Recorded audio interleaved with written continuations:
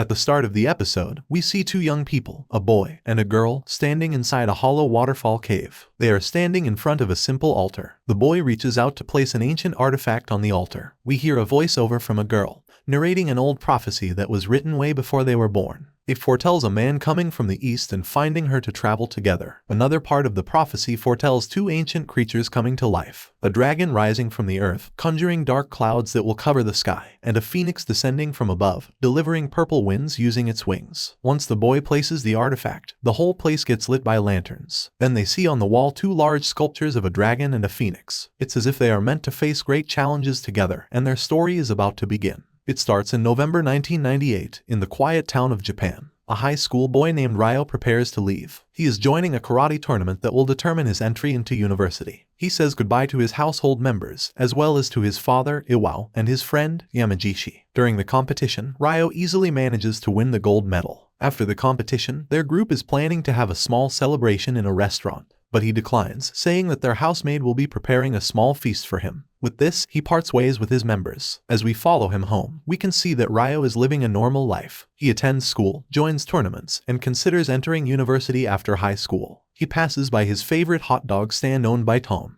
Then he walks into his friend, Nozomi Harasaki, protecting a kid from high school thugs. He offers his hand to help his friend. With his martial arts skills, the two thugs walk away defeated. He greets Harasaki, offers his handkerchief, then leaves. What a Chad. But when he gets home, his life is about to drastically change. First, he sees a sleek black car parked in front of their home. He notices the stone where the family name Heizuki is written broken on the ground. He rushes inside their garden, where he sees their housemaid Annie lying on the ground. She tells him to help his father in the dojo. As he arrives in the dojo, he sees another household member, Fuku, getting tossed outside. Confused and enraged, Ryo tries to enter the dojo, but two bodyguards stop him. Inside, he sees his father in a standoff with a tall, austere man. Based on the looks and clothing of the stranger, he looks foreign. Iwao tells his son not to get involved. The stranger asks Iwao about a mirror, to which he refuses to answer. They exchange kicks, but Iwao is easily defeated. That's when Ryo gets past the bodyguards and attacks the man. Clearly, the stranger practices martial arts and is excellent at it. He captures Ryo by the neck. Using him, he threatens Iwao to tell him where to find the mirror. He finally relents, telling him that they can find it under the sakura tree. The bodyguards run outside to look for it. The stranger makes an ominous claim that Iwao had harmed someone named Sunaming Zhao in the past. Judging by his reaction, Iwao understands what the man said and that he's here for revenge. He gets up, and the two fight. But it's a short one, as the stranger lands a critical hit on Iwao. Just then, the bodyguards come back, calling the stranger Master Landai, bringing an ancient artifact with a dragon embossed on it. Their purpose is fulfilled, and they leave the dojo. Ryo runs to his father, telling him to hang on. But Iwao gives his last message, to keep his friends and loved ones close to him. With that, he passes away. In the aftermath of the incident, the police collect evidence to solve the identity of the people who attacked Iwao Heizuki. However, Ryo is not convinced that the authorities will be of any help. Initially, he intends to take matters into his own hands, but Annie and Fuko convince him not to do it. They talk about the dangers he may face, especially since the men are way out of their league. For now, he follows their advice since he is about to finish high school and must think of his future, but it doesn't mean the matter is out of his head. Coincidentally, Ryo meets Harasaki in the shopping district. The girl knows about what happened to his father. In an attempt to cheer him up, she invites him to have a meal. They end up in a Chinese restaurant. Despite Harasaki's efforts, Ryo's head is still wrapped up in his father's passing away. He can't help but tell his friend that he wants to know about the identity of the men who did it, especially the one named Landai.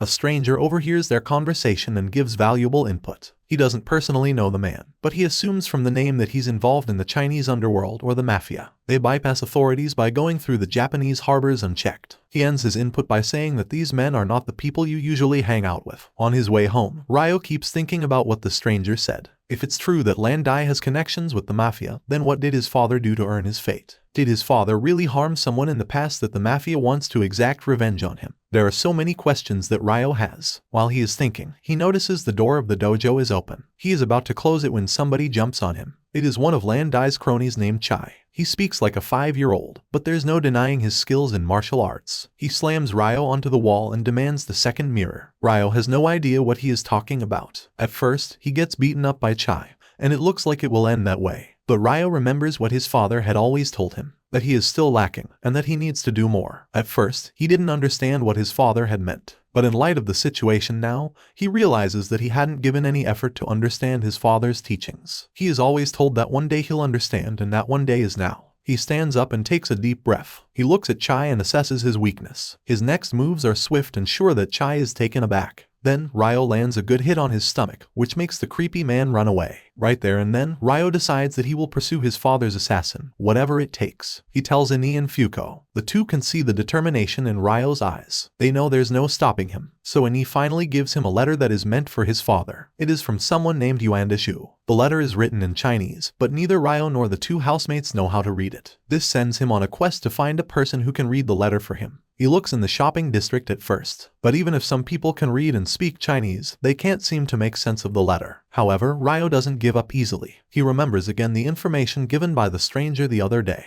Those involved in the underworld or mafia tend to have their businesses in different harbors, so he decides to go there next. After asking several barmen about the person or persons who handle Chinese transactions in the harbors, he finally gets the name of Charlie. Because of Ryo's straightforward and gutsy approach, it's not a question that the man he is seeking hears about this. At first, Charlie thinks that Ryo is sent by their rival group, but then he decides to meet the boy himself and show him why it's never a good idea to seek him out. The next day, Ryo searches in a place near the harbor when he comes across a crying child. Apparently, some thugs got his soccer ball. Ryo's heroic tendencies kick in, so he asks the child to take him to those men. Then he comes face to face with the man he has been looking for, Charlie. Charlie asks him why he's searching for him. And as always, Ryo answers him directly that he wants to know the local Chinese operations. Charlie doesn't take him seriously, so he asks his cronies to attack him. But they get overwhelmed by Ryo's fighting skills. Knowing that he won't be able to fight him head-on, Charlie escapes. His only lead is gone, and with no clue on how to read the letter, Ryo feels lost again.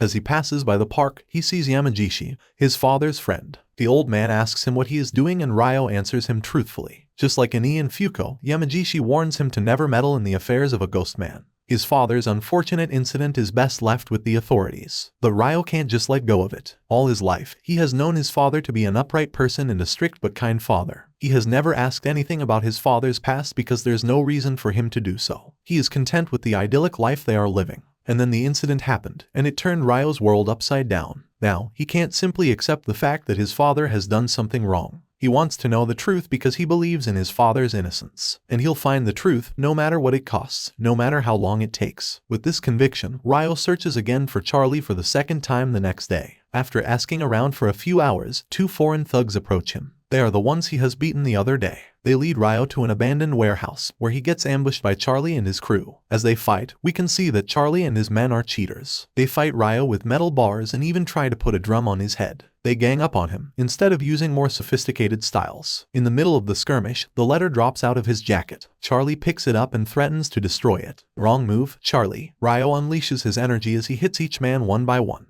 When everyone is down, Charlie brings out his knife in an attempt to intimidate Ryo. Wrong move again. Ryo gives him a roundhouse kick for all the trouble he caused. As Ryo leaves, Charlie asks him why he is so adamant to know about the Chinese operations in the harbor. Ryo tells him about his father, and how he wants to meet Lan Dai to have his revenge. Despite the beatings he receives, Charlie warns Ryo that the man he's after is not someone to meddle with. Lan Dai is a powerful man that can destroy someone's life whenever he wants to. But this doesn't discourage Ryo. If this is the only way to clean his father's name, then he'll do it. Unknown to him, Yamagishi accidentally witnesses all of this. That's why, when Ryo passes by him again at the same park, he invites him for a chat. There he tells him that he used to spar with Ryo's father when they were younger. He tells the boy that he can see the determination in his eyes. If that's the only way for Ryo to move on, then he shall give him his blessings. As a bonus, he teaches Ryo some new martial arts moves. Due to the recent unexpected events, Ryo goes on a quest to find the truth about the past of his deceased father. He is brave and straightforward in taking the path ahead of him. A path that is full of ideas of revenge. In another, faraway place, a young girl named Shenhua gathers water. Her head is full of the village poem about a man from the Far East coming to their village. She wonders about the poem so much that she doesn't even notice her friend talking to her. Perhaps she can feel that she has a significant role to play in the future. Whatever it is, we will find out as we go along the story. Back in Yokosuka, Ryo follows the tip given by Yamagishi. To read the letter that was meant for his father, he must go to the pottery shop in the shopping district. There, he finds the kid he saved the other day.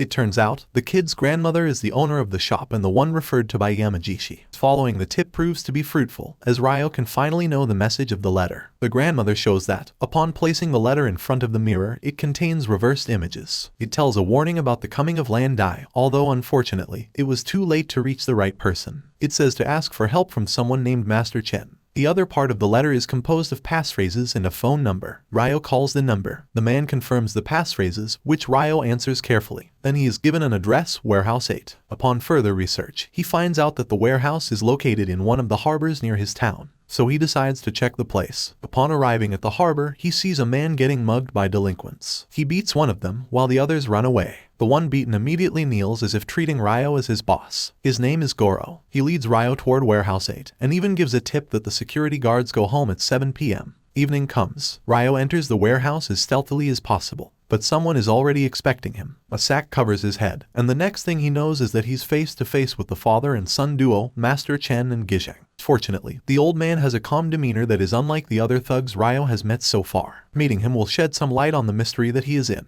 Ryo tells the old man that he received a letter from Yuan Dezhu. The old man recognizes the name, saying that he's a friend who lives in Hong Kong and is a part of the underground business just like them. For context, Master Chen is the owner of Jiu Feng Company, a normal company on the outside but is actually a front for big smuggling operations. He goes on to say that in the past, a precious mirror was transported across China's borders by a Japanese and that Yuan Dezhu was the facilitator. This implies that perhaps it was Iwao Heizuki who carried the mirror into Japan, and that's why Yuan tried to warn him. Ryo recognizes the mirror and makes a connection to the artifact that Lan Dai took. When Master Chen hears this, he tells the story of Kai Yumen. It is the biggest underground network in China. Lan Dai is one of the top executives of the cartel and a master of a deadly form of martial arts. Now that he has the dragon mirror, it's safe to say that he is also after the second mirror, which has the engraving of a phoenix from Chinese mythology. Ryo promises to look for the second mirror, so he comes back to their house and searches every nook and cranny for possible clues. He also looks inside their dojo, but he meets a small accident which makes Ani and Fuko attend to him.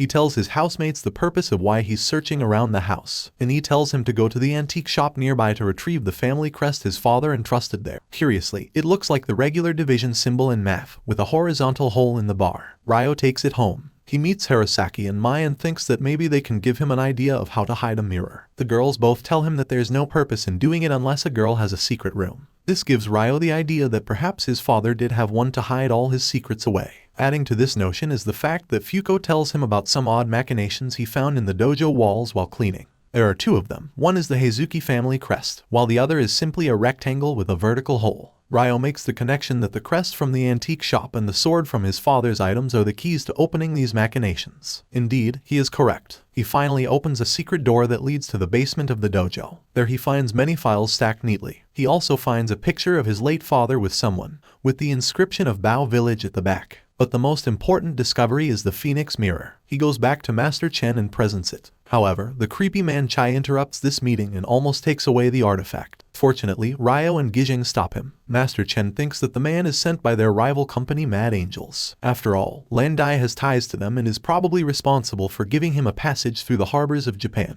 When asked about where he thinks Lan Dai is, Master Chen says that he's most likely going back to Hong Kong. Ryo asks the old man to help him get to Hong Kong, but the latter refuses. Despite running illicit operations, Master Chen has his heart in the right place and doesn't want to lure an innocent man into his world. But as always, our main character shows his strong resolve in finding out about his father's past. His aim to clean his father's name shows strong familial ties, which deeply moves Gizheng. He is a subordinate of Master Chen in their organization, but he is a son too and deeply cares for his father. Yet, the old man denies Ryo any help. Defeated, the young man goes home. He checks the costs of traveling to Hong Kong. He is surprised to find it very expensive. Upon learning of Ryo's predicament, Fuko offers his savings. Even with that, the money is still not enough, so Ryo decides to get a part-time job. He goes back to the harbor where he finds Goro. The latter calls him Aniki as a form of respect and tells him that he'll help in any way he can. Ryo asks him if there's a way for him to earn money as quickly as possible. Of course, Goro's first instinct is to mug some kids nearby for quick cash. Ryo chides him. Eventually, he suggests that he take up a job at one of the warehouses owned by Mad Angels. Ryo gets accepted. He is trained by a man named Mark to operate a forklift. At first, he finds it hard to control such machinery, and there are two factors to consider. First, Mark isn't as friendly and helpful as Ryo hopes him to be. In fact, the man looks annoyed by him. Second, he realizes that this is his first time venturing into adult duties. Finding and working a job isn't as easy as it sounds. Fortunately, Ryo's defining personality is to stay focused on his goals. This keeps him going on despite the hardships he meets. On the other hand, he hopes that Master Chen will change his mind and help him. Or at least, Gijing will. However, the son is bound by his father's orders not to meddle in Ryo's affairs. The least he can do is teach the man some martial arts techniques. Ryo feels conflicted about this but accepts the help. In his pursuit of finding money for his travel, Ryo has forgotten that he's supposed to meet his friend Harasaki. The girl has been constantly worried about Ryo. Despite this, she still expresses full support for her friend. Deep inside, she wants to tell him that she's been given the offer to move to Canada. She's hoping that talking to him will help her decide if she'll take it. But with the way things are going, it seems that she has her answer. It's heartbreaking to know that you can't fully express your feelings for your friend. But sometimes, other aspects of life happen that prevent you from doing so. The next day, Ryo goes to work. Since he's still new to operating a forklift, his output is not perfect. To his surprise, Mark approaches him and offers help. This continues throughout the day. Even though he is baffled, Ryo is still grateful that his coworker is opening up to him. That afternoon, he finds Mark getting beaten up by thugs. He helps him by easily defeating the men. Ryo feels that he has returned Mark a favor, but he asks him why he is suddenly kind to him. Mark tells him that he overheard him talking to Goro about his father and why he decided to work in the warehouse. At first, Mark thinks that Ryo is just another happy-go-lucky teenager who works for the money and the fun of it. But after overhearing his story, he is moved and deeply relates to him. After all, he also has good reason for working specifically for Mad Angels. He wants to look for his brother, whom he knows is working within the organization. And speaking of Goro, the guy turns out to be more than just a cool guy wannabe. After talking to Ryo about his absent father, he feels the need to do better in his life. He visits a flower shop to buy some and takes them to Ryo's father's grave. This flower shop also happens to be the same one where Harasaki works part-time. She overhears Goro talking about Ryo working for the Mad Angels. As fate will have it, Harasaki delivers flowers to a barman who caters to suspicious-looking men who are also working for the same organization. Still concerned about her friend's welfare, Harasaki decides to follow the men. She wants to find out more about this part-time job that Ryo has gotten into. This will turn out to be a bad decision, which will lead to some stressful events later on. When Ryo gets home, Ini informs him that Harasaki's grandmother has told her that her granddaughter has not come home. He goes out to start his search for her. Just then, a man riding an extravagant motorcycle flashes his lights on him. Arrogantly, he tells Ryo to come to Warehouse 17, or else the girl's life will be forfeited. As he is about to leave after mocking Ryo, the man gets his taste of humility. Ryo runs after him and kicks him out of his big bike. Then he uses it to go to the said location. Upon arriving there, he sees Harasaki tied up beside a man whose name is Terry. He is the leader of Mad Angels, a rival organization to Master Chen's company and an affiliate of Landai. It turns out, Charlie, who Ryo has beaten before, is part of Mad Angels. And Terry isn't happy to know that some high school kid can easily beat one of his men. This sends a specific message to other groups that his organization can be easily pushed over. So he must set things straight and let everyone know that Mad Angels is not something to mess with. Terry gives Ryo an ultimatum. To free his friend, he must go after Gijing and finish him once and for all. Will Ryo do it? Find out in the next recap. Ryo is in trouble. His friend Harasaki is in the hands of Mad Angels. To free her, Terry Ryan orders him to fight and defeat Gijing, the son of a rival smuggling boss, Master Chen. As much as possible, Ryo doesn't want to go that way, but he has no choice. He calls Gijing to meet him along the harbor. Then he fights him in front of Terry and his crew. Ryo can only hope that the help he expects will come in time. Meanwhile, Goro is hanging out around the harbor when suddenly he hears the call of Mother Nature. So he goes to the spot where sailors and workers can relieve themselves. In addition, this is the spot where they can communicate by writing the warehouse number where they all hang out. As he finishes his business, Goro notices the writing on the ground.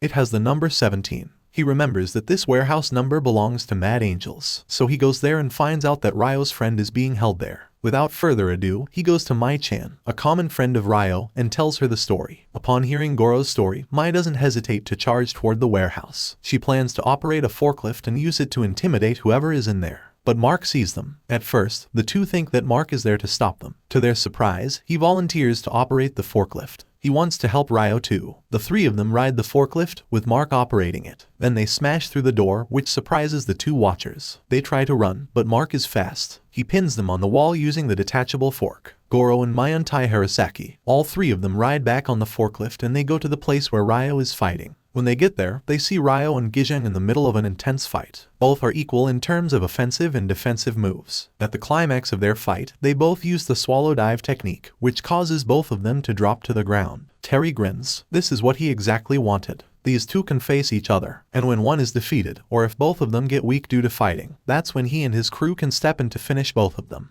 Then he can finally remove his rival from the business. Terry orders his crew to get their bats ready. At the same time, Goro and the others see what happens. He shouts out to Ryo and tells him that Harasaki is safe. Just as the bat goes down on him, Ryo dodges and gets up, along with Gijang. Everyone is confused. They all think that the two have been weakened and defeated. It turns out, while fighting, Ryo tells Gijang about the situation. The latter understands and suggests they pretend to beat each other. It works because everyone believes they are both unconscious. Ryo shouts to Goro to run away. Harasaki doesn't want to because she worries about her friend. But Goro talks her out of it, saying that they will only get in the way if they stay any longer. With no other choice, the four of them ride the forklift and leave. This leaves Ryo free to go all out. Terry has expected that something like this might happen. He doesn't come to a fight unprepared. He opens the gate to a nearby warehouse, and out comes the rest of Mad Angels. He is confident that since the two are tired of fighting, they will be easy to take out. But he is extremely underestimating them. When he orders his men to attack, Terry can see that Ryo and Gijang are more fueled to defend themselves from his mockery. The two face their enemy head-on.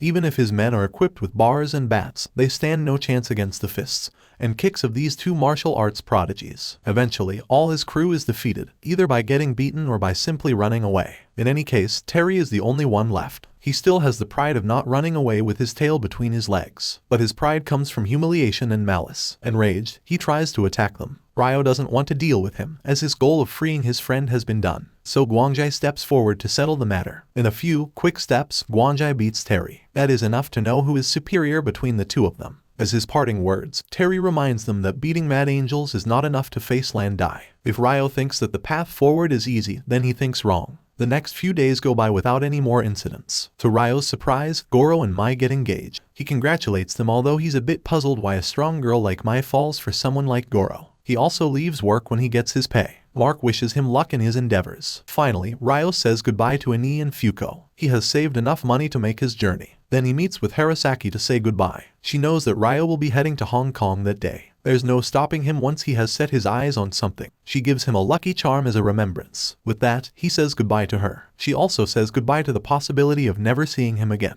Master Chen and Guangjai meet him at the harbor. The old man finally helps Ryo by giving a passage in one of their cargoes. In addition, he gives him a letter of recommendation. He tells him to find someone named Li Xiaotao for further help. Originally, Guangjai is supposed to come with him to act as his bodyguard. But then, the creepy man Chai has to ruin the moment. He pushes some heavy bars toward them, making everyone jump out of the way. Unfortunately, the bars land on Guangjai's leg, incapacitating him. Ryo fights Chai off, using the swallow dive technique. Then he tosses the small man into the water. That should teach him a lesson. Because of his injury, Guangjai won't be able to come with him. Ryo says it's okay. He wants him to stay with his father, as he understands that he cares very much about the old man. Although Master Chen is okay with his son traveling away, he feels grateful that he stays by his side and gets to spend more time with him. With that, Ryo starts the next phase of his adventure by going after Lan Dai and uncovering the truth behind his father's past. Once he arrives in Hong Kong, he finds out that being naive and kind is not the way to navigate the busy streets of the country. His first encounter is with a crying little boy,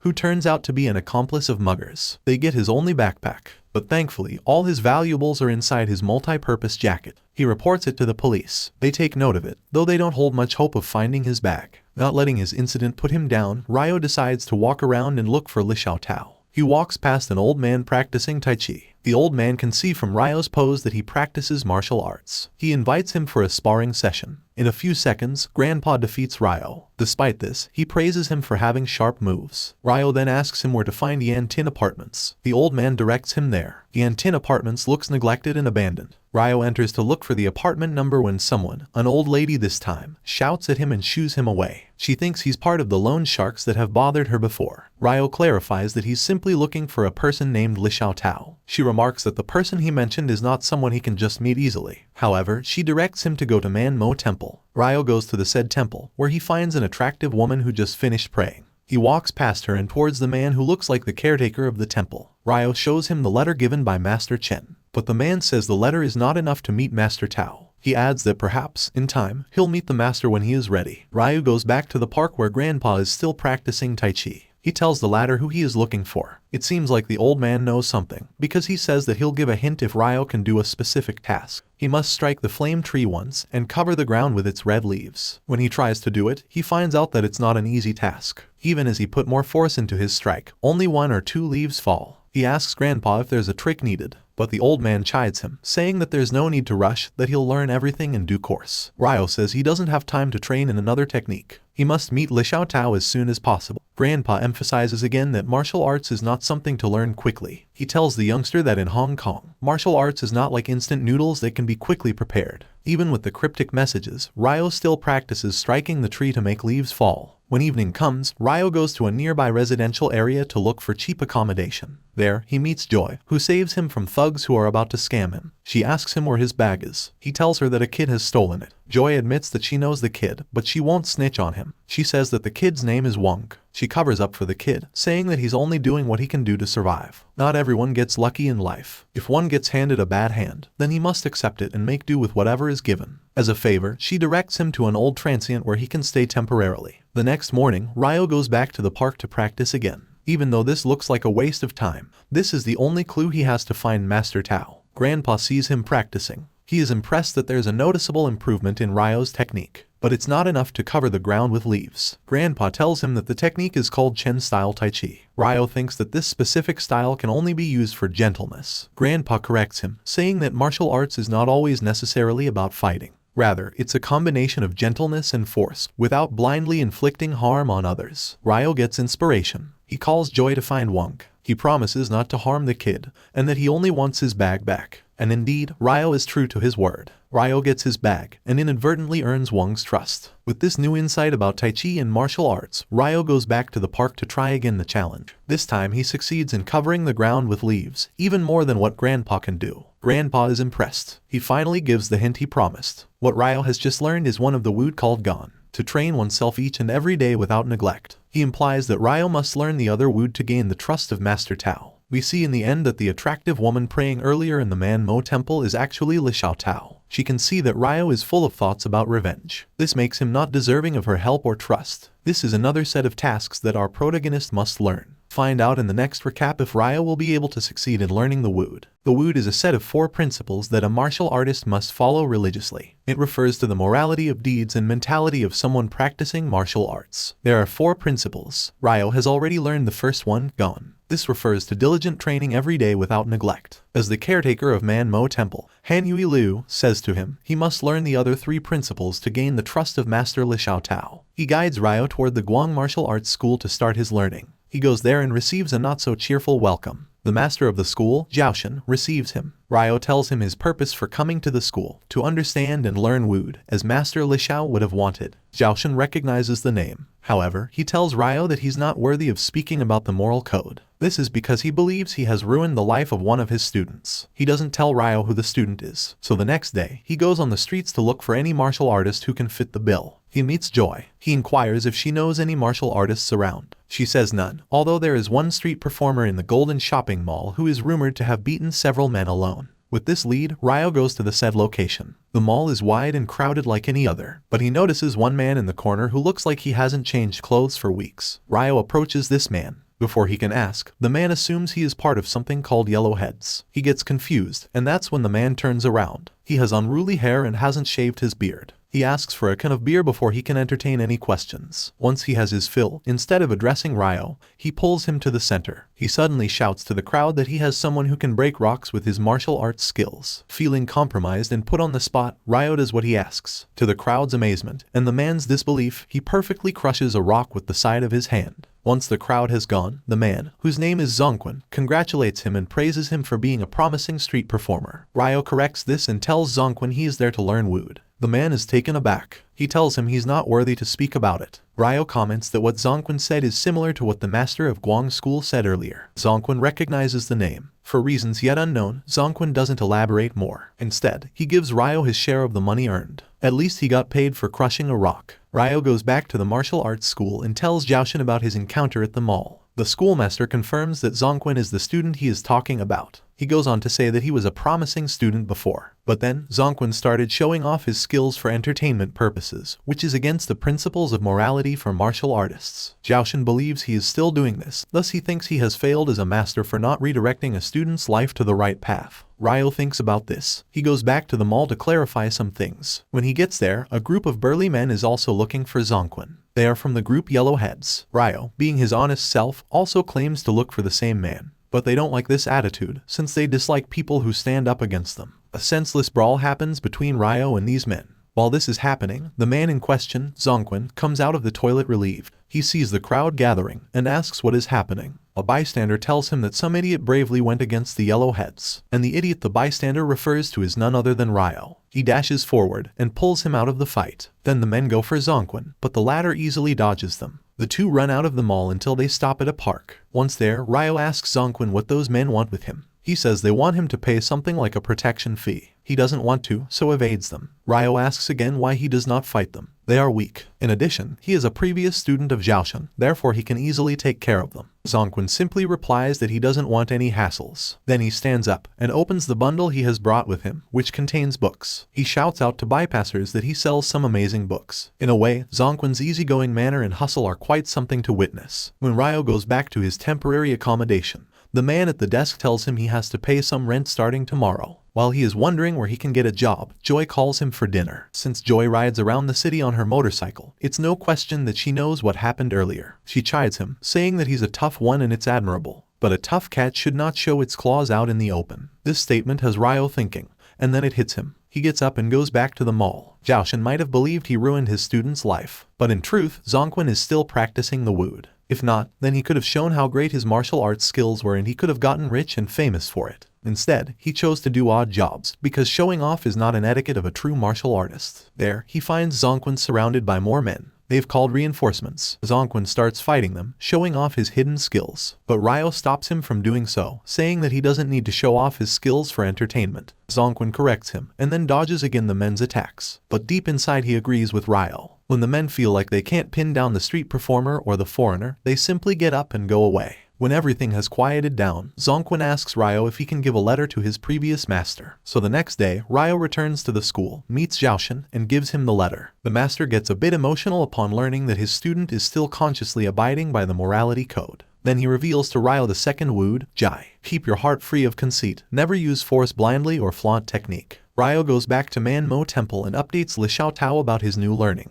Yet, the woman remains cold towards Ryo's passion to get her assistance. But this doesn't discourage him. Instead, he vows to come back every day until he finally gets the help he deserves. In an unexpected turn of events, Li Xiao offers Ryo to stay at the temple while doing his purpose. Her reason is that she's doing it as a favor and respect to Master Chen. But maybe, there is something about Ryo's passion and honesty that moved her. She also properly introduces herself to him. Her real name is Xiang Hong. Starting the next day, Ryo sleeps in one of the quarters of the temple. In exchange for free accommodation, he must help with the chores. Good deal, isn't it? His first task is to help Fang Mei air out the old books from the library. According to the little lady, it takes almost a whole day to finish this. She asks Ryo to come back at 4 p.m. to help her return the books. Ryo uses this time to find more martial artists who can teach him wood. So far he has learned 2 out of 4 principles, Gon and Jai. He needs 2 more. Then perhaps Xiang will help him in his endeavors. In case you have forgotten, Ryo has gone to Hong Kong to find Yuan Daju, the unknown person that's related to his father's past. While walking along the streets, he meets the old lady from the Yan Tin apartments, the one who complains about getting bothered by greedy land sharks. He bumps into her and almost breaks her teacups. Thankfully, nothing worse has happened and the teacups are still whole. As compensation, Ryo accompanies the old woman to the tea shop, where she gives away the wares. During his conversation with the old lady, Ryo learns significant life lessons. For one, many things are precious to others, but not to some. In other words, the value of something lies in the eye of the beholder. This concept is true for the town they are in. Ryo doesn't get the meaning right there and then, but he will as the day goes on. Next, he meets Joy and Wong.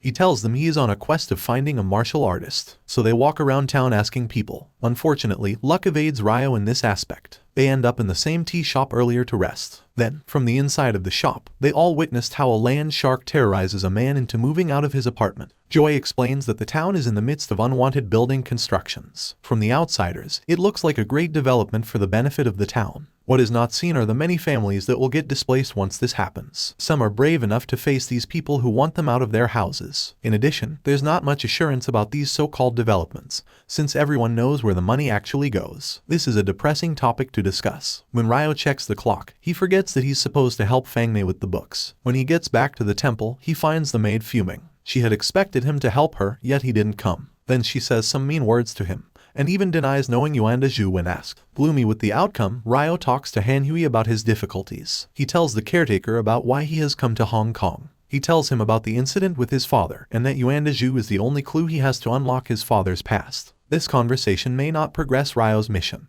but at least he gets to unload some of his burdens. Just then, Joy and Wong run to the temple to tell Ryo they have found someone who can be a martial artist. With renewed hope, the three of them run to Yanting apartment. There they find the old lady earlier surrounded by goons hired by land sharks. They are trying to intimidate her into leaving the derelict apartment so that a new building can be built. But the old lady is stubborn and refuses to budge. That's when Ryo realizes that somehow the place must hold great value for her. Otherwise, she would have left, just like how she gave away those teacups. For him, it's only right to defend her from these people, so he fights the goons until they all scramble away. Once the place is clear, the old lady asks Ryo why he chose to help her. He says he thinks it's the right thing to do, to defend what she believes in. The old lady is impressed by this. She introduces herself as Gixiang, a martial artist that resides in the apartment. She also confirms that just now, Ryo exhibited one of the wood. Always act without hesitation to do what you perceive is right. Ryo finally learns 3 out of 4 wood. He only needs to know the last one to convince Zhang to help him. Another development in his journey is that Fangmei comes to him, first to apologize for how she acted. She admits she overheard him and Han Hui talking about his father. As compensation, she directs him to one of the books that contain information about the name Yuanda Zhu. Will Ryo learn about the man who holds the answers to all his questions about his father's past? What do you think is the 4th wood? Find out in the next recap. With Fangmei's help, Ryo gets hold of a book titled Wulinshu. It's his only clue in finding Yuanda Zhu. Upon browsing the book, he sees that it's written by the man himself. It is about martial arts, and it lists the renowned masters of several techniques. One name catches Ryo's attention, Sunaming Zhao. He remembers Lan Dai accusing his father of terminating a person with the same name. Ryo makes the connection that Sunaming Zhao must be connected to his father through martial arts. However, the truth behind the accusation is still shrouded in shadows. A paper falls out of the book. It has 4 Chinese characters on one side, and 4 empty circles arranged in a specific way on the other. According to Gixiang, the symbols are called a Chowan sign, a form of communication between masters of martial arts. Depending on the arrangement, the communication can be good or bad. She advises him to do it where people usually gather together. So Ryo goes to a diner. On his first try, Ryo receives a message about meeting with someone in a designated place. However, he ends up getting hit on the head. On his second try, he meets with a barber, who recognizes the Chowan sign. Even though Ryo doesn't receive any message, he finds out that the barber is a former martial artist. When asked about wood, the barber says he can't speak about it anymore, but he can give a hint if Ryo passes a test. Out of the blue, the barber points a straight-edge razor at Ryo's neck. The latter's reflexes are admirable, showing how good a martial artist Ryo is. Unfortunately, this is not the virtue the barber wants to see, so he doesn't give the hint. On the other hand, he points Ryo to another diner where he saw someone setting up the same Chowan sign. This tip proves to be fruitful as he ends up meeting Shuken. He's a native Yuanda Zhu. However, this meeting is cut short as the men of yellow heads appear and try to abduct Shuken. They don't succeed in the abduction due to Ryo defending Shuken and another mysterious force that beat the others. Although he's an aide, Shuken doesn't specifically know where Yuanda is. He tells Ryo to meet Ren of the Heavens Gang, as he might know where to find him. Upon meeting Ren, Ryo gets scammed. Ren is someone who loves money and has strong instincts about choosing a task that will bring more money. This greediness meets Ryo's tenacity for going after what he wants. They both end up following a lead to a negotiation happening between 2 gangsters. Ren grabs the bag of money, leaving Ryo to deal with the mess. But Ryo immediately follows Ren. They both fall from the scaffolding and land hard on the tarpaulin below. The phoenix mirror rolls out of Ryo's jacket. This prompts Ren to ask him why he is so bent on finding Yuandashu. Ryo tells him that it's to avenge his father's passing away. Ren realizes that there must be money at the end of this mission. He proposes a partnership. He'll help Ryo to find Yuanda, and in the end, he'll get half of whatever money will be involved. He explains that if Ryo has the courage, then he has only his wits since he is after the money. Therefore, he must be on high alert to keep his head on his shoulder. This makes Ryo think about the final wood and the hint that the barber is supposed to give. He realizes that in any given situation, he must remain calm and alert to avoid making unnecessary moves or mistakes. He shares this learning with the barber, whose name is Zhang Yu. Zhang Yu approves of this, confirming that the final wood is Dan. Never be shaken. Remain calm and resolute to make the proper decisions. Although, during their first encounter, I have to say Ryo is fully justified to flinch, given his prior experiences in Hong Kong. Ryo goes to Xiang to tell her that he has completed learning the wood. Xiang is impressed, especially since she wants him to learn Dan. She is right when she says that Ryo is so focused on revenge that it consumes his whole being. As a practitioner of martial arts, this goes against their code. In addition, she has seen someone with the same goals as Ryo. Her own brother left her when she was young to avenge their parents, and now the brother is assumed gone. She doesn't want to see Ryo take the same path as her brother. And yet, as we have seen many times, Ryo is steadfast in his mission. He doesn't budge despite the many obstacles he has faced. He even decides to leave the temple because he knows that Xiang will never help him. So he goes back to Ren. Together they follow a lead given by someone named Yang. But this turns out to be a trap, as it leads them directly to Du Niu, the colossal leader of Yellowheads. They get captured and imprisoned in one of the rooms. Ren scolds Ryo. Why didn't he tell him that Yellowheads and Choyu men are involved? It turns out, the Yellowheads gang is the biggest underground group in Hong Kong. They rose to prominence 10 years ago after Du Niu betrayed his former boss. In the present, they are trying to fulfill a deal with Lan Dai himself of Choyu men. If Du Niu brings Yuandashu, then he will make sure to back up the gang in Hong Kong. But this deal isn't easy to carry out, as Ryo makes sure he'll get to the man first. He and Ren make their escape. They go back to Yang and bully him for giving a false lead. Yang admits he is just threatened, but if they try to listen to the collected wiretapped conversation of Yuan, Du Niu's second-in-command, they might find valuable clues. They find the tapes. Ryo labors to listen to each one of them. They hit the jackpot when in one of the tapes they hear Yuan boasting about capturing Shuken, Yuanda's aide. Their only clue is the voice of the bird that can be heard in the background. Ren knows that Yuan is vain and will only want the best bird feed for his pet. So they go to a pet shop where they see Yuan buying something. They follow the guy into an apartment. There, Ryo punches him, making him unconscious. Du Niu comes, too, but they manage to trap him inside the closet. Ryo and Ren save Shuken. He tells them he managed to get in contact with Yuanda and he shares the location. But it won't be easy, as he gives Ryo 4 keys to open the designated mechanisms. Ren leads the way into going to the first door. He carelessly throws a brick aside, which will prove to be a fatal mistake later on.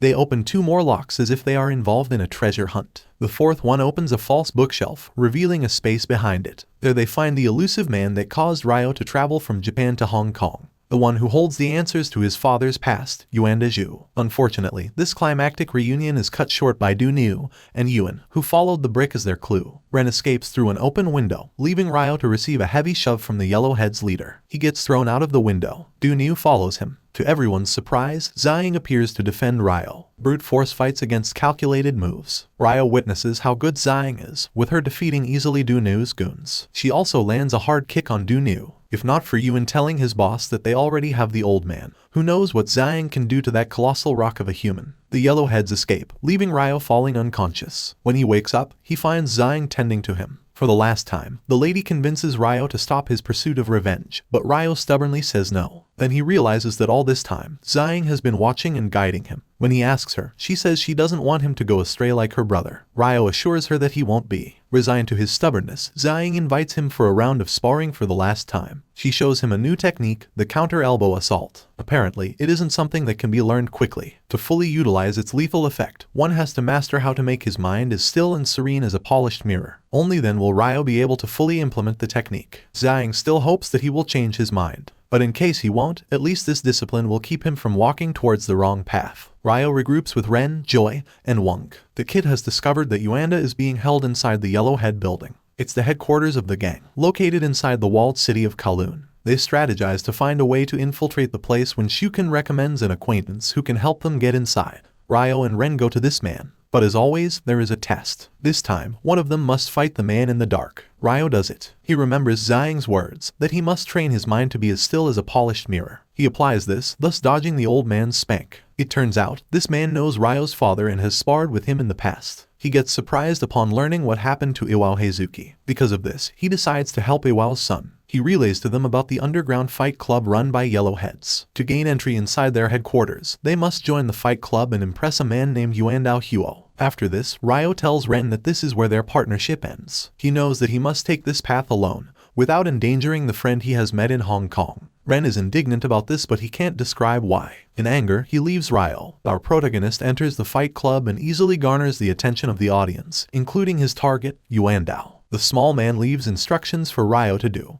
either to fight someone or defeat someone inside the ring. Ryo continues following the commands patiently. He doesn't know when he'll enter Kowloon City, but he knows that he will, eventually. Meanwhile, Ren sulks about what happened earlier. After everything he has done and gone through, he feels offended that Ryo can simply put him aside. Joy finds him. She easily describes how Ren is feeling. In truth, he admires Ryo. One part of him wishes to be like Ryo, who is unwavering in his goals. Joy reminds him to decide whether to follow Ryo or go back to the way things were. Joy leaves and then meets with Wong. The kid has made some improvements in his life since he met Ryo. He admires the guy for being tenacious and headstrong and making changes in his life. Wong realizes he wants to be like him, someone who is not complacent in accepting what life gives. He wants to have the strength to change the things in his life. This makes Joy question her own view of life. Is it really okay to accept things as they are? Is it the best way to handle things, to do nothing when you know you're against forces strong enough to destroy your life? Whatever it is, it seems like it should be Joy who must decide whether she wants to help Ryo or go back to the way things are. By the end of the episode, we see Wong overhearing a member of Yellowheads talking about Ryo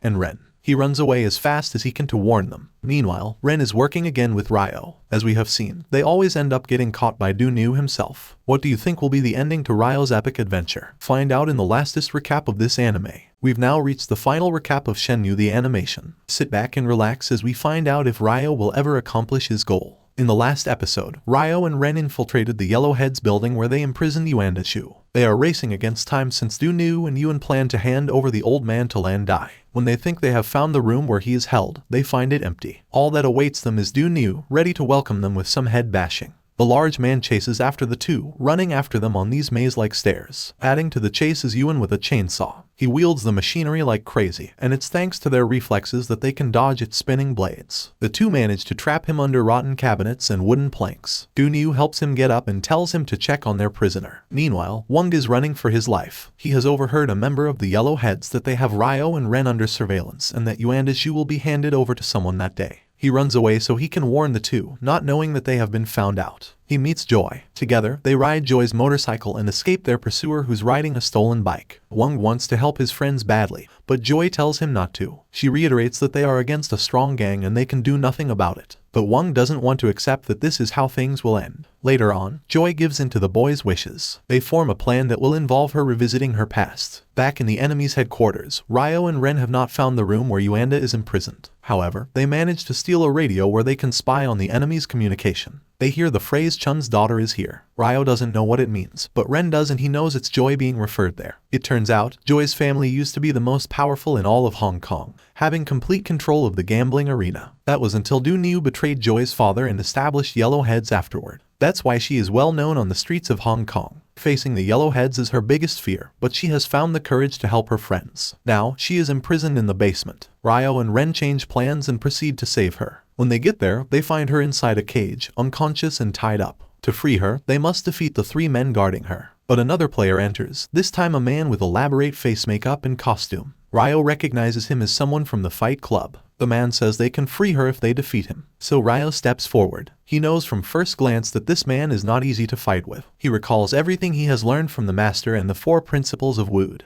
Then he finds confidence inside him to win against the man. They exchange blows. In a deciding move, Ryo gives a flying kick that knocks the man out. The other men run away, leaving Ren to free Joy. When she wakes up, she looks for Wong. She's worried that something may have happened to the kid. But where is Wong? Earlier, before Joy gets thrown into the basement, Wong escapes through the building's ventilation system. By luck, he lands right inside the room where Yuandashu is being held. Through quick thinking, he manages to free the old man by throwing rats at Yuan when the latter enters the room. Wong and Yuanda escape, with the boy pushing the old man's wheelchair. They evade the scattered goons all over the building. But their luck runs out when they run into Du-Nu himself. He captures the kid and the old man and brings them to the rooftop where the handover is supposed to happen. Ryo, Ren, and Joy also proceed to the rooftop, thanks to Yuan's information. There, they find Du-Nu holding Wang over the edge, and Yuan Zhu guarded by two men in suits. A helicopter hovers in the distance, but Ryo will never forget the face of the man hanging by the rope ladder. Lan Dai looks at all of them with the same austere, cold expression. He doesn't care about these people. All he cares about is Yuan Zhu and the information he holds about the Phoenix Mirror. Ryo sees red. His mind plays flashbacks of that time when Lan Dai injured him, giving him a scar that has been covered with a white patch. Whenever he thinks of Lan Dai, he touches this patch to remind himself of the revenge he vows to give. He also remembers how Lan Dai finished his father, the only family he ever had. And then, vengeance consumes him, pushing everything out of his mind. He attacks the boss of Cho Yu-men. But just like before, Lan Dai parries his attacks with no effort. Lan Dai can see that Ryo has been waiting for this moment, and that anger fuels him. Therefore, he can easily win over this immature, young boy. He invites Ryo to attack, which the latter does. Ryo's punches are either slapped away or blocked. When he tries to do a roundhouse kick, Lan Dai simply pushes his foot away. Then he uses Ryo's imbalance to do the same attack he had used on Iwao. It made Ryo senseless for a moment. Lan Dai recognizes his improvement, but not enough to even get on par with his basic techniques. Ren runs to Ryo and reminds him to not let Lan Dai affect him so much. Yuanda eventually speaks out. He will reveal the location of the second mirror, only if they'll free Wang and don't attack Ryo. Despite his intimidating appearance, Lan Dai knows when to listen and negotiate. He orders Du-Nu to put down the kid,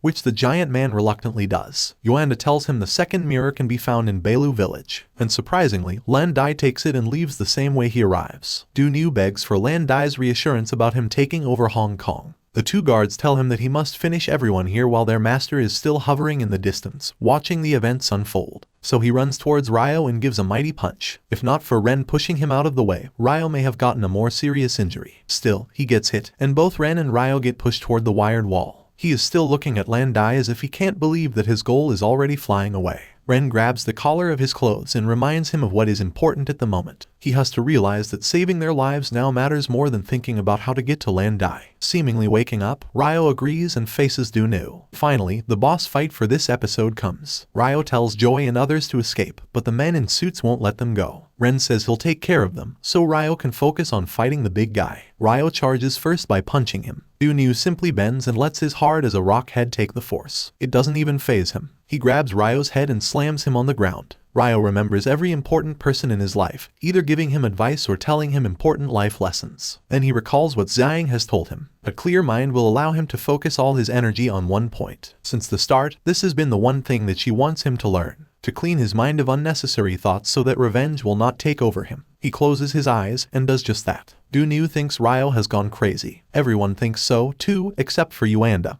who recognizes the stance. Du-Nu punches Ryo, but the latter dodges it. Then, using his enemy's massive arms as a springboard, Ryo jumps high to take momentum and kicks him in the face using the swallow dive technique. Du-Nu takes the hit, but stands his ground. He charges again, however, Ryo is ready. In a few but calculated moves, he employs the counter elbow assault which renders Du-Nu unconscious. Lan Dai watches all this happen. It's hard to assume what he is thinking, but one thing is for sure. He will meet again with Ryo to settle things once and for all. Back in Ren's hideout, Yuanda reveals to them the bigger picture surrounding all that has happened. Lan Dai's real name is Longsun Zhao and is the son of Sungmin Zhao. He sought revenge because he thought that Iwao Heizuki was the one who ended his father's life. Unfortunately, Yuanda doesn't know if there's any truth behind this accusation. As for the mirrors, it was Sungmin who originally owned both the Dragon and Phoenix mirrors. According to the legends, they are the keys to unlocking a vast hidden treasure that will revive the Qing dynasty. Both must be present to do this. He instructs Ryo to go to Guilin, where the Beilu village can be found. It is home to the Phantom River Stone that was used to create the mirrors. Perhaps Ryo can find the descendants of the artisans who made the artifacts. With his new adventure already set, Ryo prepares to head out to Beilu village. He says goodbye to the friend he has made in Hong Kong. We can see that even for a short while,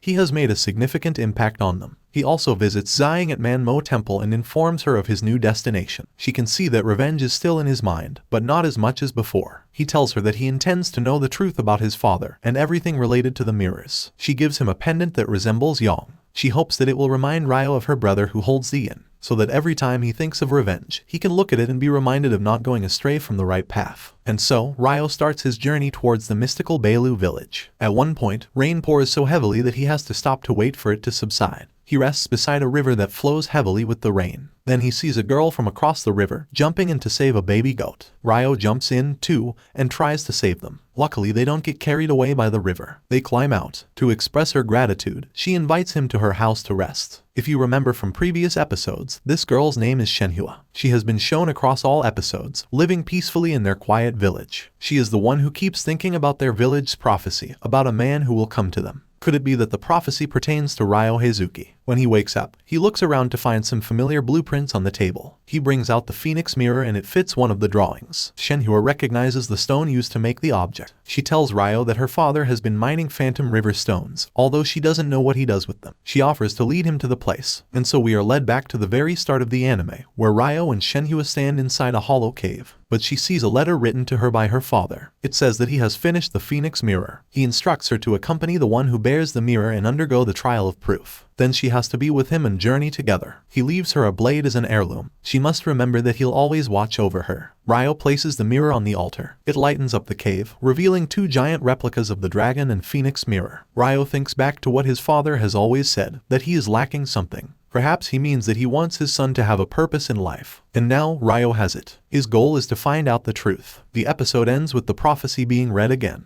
about Ryo and Shenhua's upcoming journey, the shadows that will be brought by the dragon and the phoenix, and the only star that will shine brightly amidst the darkness.